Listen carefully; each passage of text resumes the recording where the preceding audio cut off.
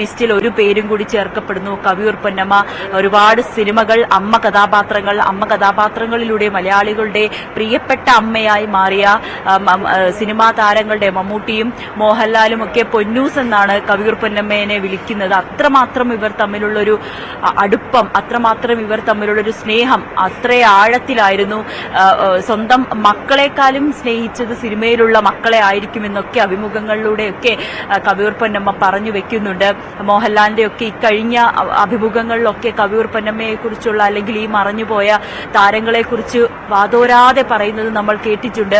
അങ്ങനെ തന്നെയാണ് മലയാളികളുടെ എല്ലാവരുടെയും മനസ്സിൽ കവിയൂർ പൊന്നമ്മ വിടവാങ്ങി എന്ന വാർത്ത കേൾക്കുമ്പോൾ നമുക്കേവർക്കും ഒരു വിഷമം, അല്ലെങ്കിൽ നമ്മൾ അയ്യോ ഇനി ആര് ഈ ഒരു കഥാപാത്രങ്ങൾ ചെയ്യും, അല്ലെങ്കിൽ ഇവരെ ഒന്നും നമുക്കിനി കാണാൻ കഴിയില്ലല്ലോ എന്നുള്ളൊരു ചോദ്യം കൂടിയാണ് ബാക്കിയാകുന്നത്. എന്തായാലും ഇവിടെ ഇപ്പോൾ രാവിലെ 9 മണിക്ക് തുടങ്ങിയ പൊതുദർശനം ഇപ്പോഴും പുരോഗമിക്കുകയാണ്. മന്ത്രി പി രാജീവ്, ഹൈബിയുടെ എം പി ഉൾപ്പെടെയുള്ളവർ ഇവിടെ എത്തുകയും അന്ത്യാഞ്ജലി അർപ്പിച്ചു മടങ്ങുകയും ചെയ്തു. പ്രതിപക്ഷ നേതാവും KPCC പ്രസിഡന്റ് അടക്കമുള്ളവരും ഇവിടേക്ക് എത്തുമെന്നാണ് നമുക്ക് അറിയാൻ സാധിക്കുന്നത്. ഇപ്പോൾ മമ്മൂട്ടി, മോഹൻലാൽ, ബി ഉണ്ണികൃഷ്ണൻ, രമേശ് പിഷാരടി, രഞ്ജി പണിക്കർ, കുഞ്ചൻ, മനോജ് കെ ജയൻ, സിദ്ദിഖ്, കൈലാഷ്, വിനീത്, ബാലചന്ദ്ര മേനോൻ, വിനു മോഹൻ, സരയു, പൊന്നമ്മ ബാബു, ഭാഗ്യലക്ഷ്മി, അനന്യ ഉൾപ്പെടെയുള്ള എല്ലാ തലമുറയിലെയും ആളുകൾ, സഹപ്രവർത്തകർ ഇവിടെ എത്തിയിട്ടുണ്ട്.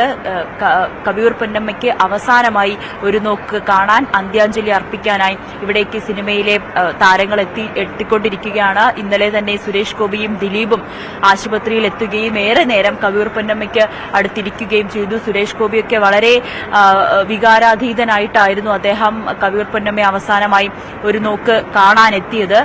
ദിലീപ്, മഞ്ജു പിള്ള അടക്കമുള്ളവർ ഇന്നലെ തന്നെ ആശുപത്രിയിലേക്ക് എത്തുകയും വേണ്ട ക്രമീകരണങ്ങളൊക്കെ ചെയ്തിട്ടുണ്ടായിരുന്നു. ഇന്നലെ 5:33 കൂടിയായിരുന്നു ലിസി ആശുപത്രിയിൽ നിന്നും കവിയൂർ പൊന്നമ്മയുടെ വിയോഗ വാർത്ത അറിയിച്ചത്. ഏറെ നാളായി ക്യാൻസർ രോഗം പിടിപെട്ട് ചികിത്സയിലായിരുന്നു. അത് ക്യാൻസർ തിരിച്ചറിഞ്ഞപ്പോൾ തന്നെ അതിന്റെ 4ാമത്തെ സ്റ്റേജിലേക്ക് എത്തിക്കഴിഞ്ഞു. പക്ഷെ അപ്പോഴേക്കും ഇവർ മറവി രോഗം ഏറെ ബാധിച്ചിരുന്നു. സഹപ്രവർത്തകരെ അല്ലെങ്കിൽ കുടുംബാംഗങ്ങളെ പോലും മറക്കുന്ന ഒരു സാഹചര്യങ്ങളിലേക്ക് കവിയൂർ പൊന്നമ്മ പോയിരുന്നു. പക്ഷേ അതിനുശേഷം ലിസി ആശുപത്രിയിൽ മക്കളും അവസാന നിമിഷം ആശുപത്രിയിൽ ഉണ്ടായിരുന്നു. കുറച്ചധികം ദിവസങ്ങളായി ലിസി ആശുപത്രിയിൽ ചികിത്സയിലായിരുന്നു. അതിനിടയിലാണ് ഇന്നലെ വൈകുന്നേരം 5:30 മരണവാർത്ത അറിയുന്നത്. ഇപ്പോൾ സംവിധായകൻ കമൽ ഇവിടെ എത്തിയിട്ടുണ്ട്. അദ്ദേഹത്തിന്റെയും ഒരുപാട് സിനിമകളിൽ സാന്നിധ്യം അറിയിച്ച നല്ല കഥാപാത്രങ്ങൾ ചെയ്ത ഒരു വ്യക്തി, ഒരു അതുല്യ പ്രതിഭ കൂടിയാണ് കവിയൂർ പൊന്നമ്മ. അങ്ങനെ മലയാള സിനിമയിലുള്ള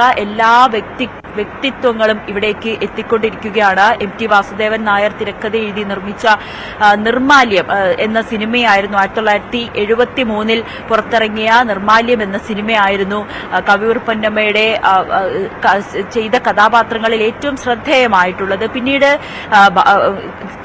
ഒരുപാട് താരങ്ങളുടെ ഭാര്യയായും അമ്മയായും അങ്ങനെ നിരവധി വേഷങ്ങൾ ചെയ്തുകൊണ്ടാണ് കവിയൂർ പൊന്നമ്മ മലയാള സിനിമയിൽ എക്കാലത്തെയും പ്രിയപ്പെട്ട ഒരു താരമായി മാറിയത്. 4 തവണ മികച്ച 2ാമത്തെ നടിക്കുള്ള സംസ്ഥാന സർക്കാരിന്റെ പുരസ്കാരം ഏറ്റുവാങ്ങി. 1971, 1972, 1973, 1994 അങ്ങനെ 4 വർഷങ്ങളിലാണ് മികച്ച 2ാമത്തെ നടിക്കുള്ള സംസ്ഥാന സർക്കാരിന്റെ പുരസ്കാരം ഏറ്റുവാങ്ങിയത്. അങ്ങനെ നമ്മുടെ രാജ്യം തന്നെ ആദരിക്കുന്ന, നമ്മുടെ സംസ്ഥാനം തന്നെ ആദരിച്ചിട്ടുള്ള ഒരു മഹത് വ്യക്തി കൂടിയാണ് ഇന്ന് വിട പറയുന്നത്. മലയാള സിനിമയിൽ കവിയൂർ പൊന്നമ്മയ്ക്ക് പകരം വെക്കാൻ ഇനി ആരുണ്ടെന്ന ചോദ്യത്തിന് ഉത്തരമില്ല. കാരണം അവർക്ക് പകരം അവർ മാത്രമേ ഉള്ളൂ. ഇപ്പോഴും ബാബ കല്യാണിയിലെ ആയിക്കോട്ടെ, കിരീടത്തിലെ ആയിക്കോട്ടെ, ഹിസൈനസ് അബ്ദുള്ളയിലെ ആയിക്കോട്ടെ, ഇതിലൊക്കെ മമ്മൂട്ടിയുടെയും മോഹൻലാലിന്റെയും അമ്മയായി വന്ന് പ്രേക്ഷകരെ കോരിത്തെരിപ്പിച്ച, ഒരുപാട് കരയിപ്പിച്ച, ചിന്തിപ്പിച്ച